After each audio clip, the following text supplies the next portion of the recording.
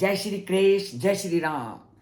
वाल्मीकि जी ने पूरी तरह से अयोध्या के एक एक चीज को हमारे सामने प्रस्तुत किया कि अयोध्या नगरी की सुंदरता कैसी थी और वहां पर रक्षा का प्रबंध कैसे था, लोगों के मनोरंजन का प्रबंध कैसे था, वहां कैसे उत्सव का वातावरण होता था और वहां के जो बलशाली सैनिक थे वो कैसे सभी प्रकार की शक्तियों से युक्त थे। पूरी तरह से उन्होंने अयोध्या के नगरवासियों का, अयोध्या की रक्षा करने वाले लोगों का वर्णन कर दिया।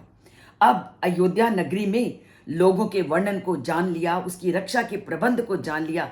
अब उस अयोध्या नगरी में राजा कौन था, उस अयोध्या नगरी में कौन इस तरह का प्रजा का ध्यान रखता था, उसके बारे में वाल्मीकि आज के श्लोक में करते हैं।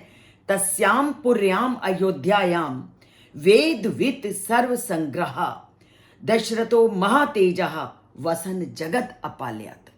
कि उस अयोध्या नगरी में रहते हुए उन लोगों की रक्षा का, उन लोगों की व्यवस्था का ध्यान कौन रखता था? राजा दशरथ। और वो राजा दशरथ किन गुणों से युक्त थे? तो उन्होंने पहले ही बोल दिया, वेदविद, अर्थात सभी प्रकार के वेदों को वो जानने वाले थे। सर्व संग्रह, वो जो धन को इकट्ठा करते थे वो धन को भी इकट्ठा इस तरह करते थे कि उस धन का प्रयोग वो अपने लिए ना करके किसके लिए करते थे? प्रजा के कल्याण के लिए। और वो क्या थे? महातेजस्वी थे। और वो इस तरह सभी गुणों से संपन्न, अर्थात राजा होने के बावजूद वो एक ऋषि मुनि की तरह उस जनपद में निवास करते थे। सभी प्रकार की सुख सुविधाओं से युक्त होने पर भी उनका जो रहने का तरीका था वो एक ऋषि की तरह था, कि अर्थात सब कुछ उन्होंने जो समर्पित किया हुआ था वो लोगों के कल्याण के लिए। तो ऐसी अयोध्या नगरी क्यों नहीं फलीभूत होगी जिसका राजा, जिसका पालन करने वाला सभी प्रकार से लोगों के सुख चिंता के ध्यान में लगा हुआ है और जो वेदों का ज्ञाता है, जो ज्ञान से परिपूर्ण है, वो पूरी तरह से प्रजा की सुख सुविधाओं का ध्यान रखेगा। और उसका जो धन दौलत होगी वो स्वार्थ के लिए प्रयोग ना होकर परार्थ के लिए होगी, क्योंकि वो जानता है कि जो धन का जो वास्तविक महत्व है वह लोगों के कल्याण के लिए है। तो पर कल्याण के लिए वो सभी चीजों को देने में, लगाने में लगे होते थे।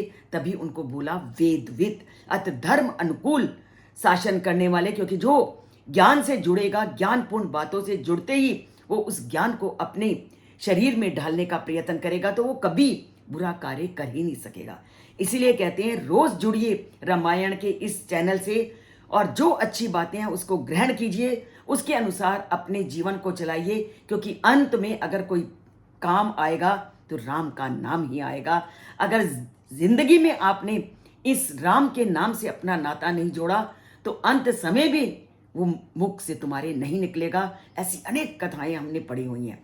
तो अंत भी हमारा कल्याणकारी हो, रामायण कथा से जुड़िए और इसके महत्व को जानना है तो स्कंद पुराण को जरूर पढ़िए, जहां राम के एक एक अक्षर को सुनने से कितनी राक्षसी प्रवृत्तियां भी देवत्व को प्राप्त हुई। तो बोलते हैं जय श्री कृष्ण, जय श्री राम और रामायण से नाता जोड़ते हैं।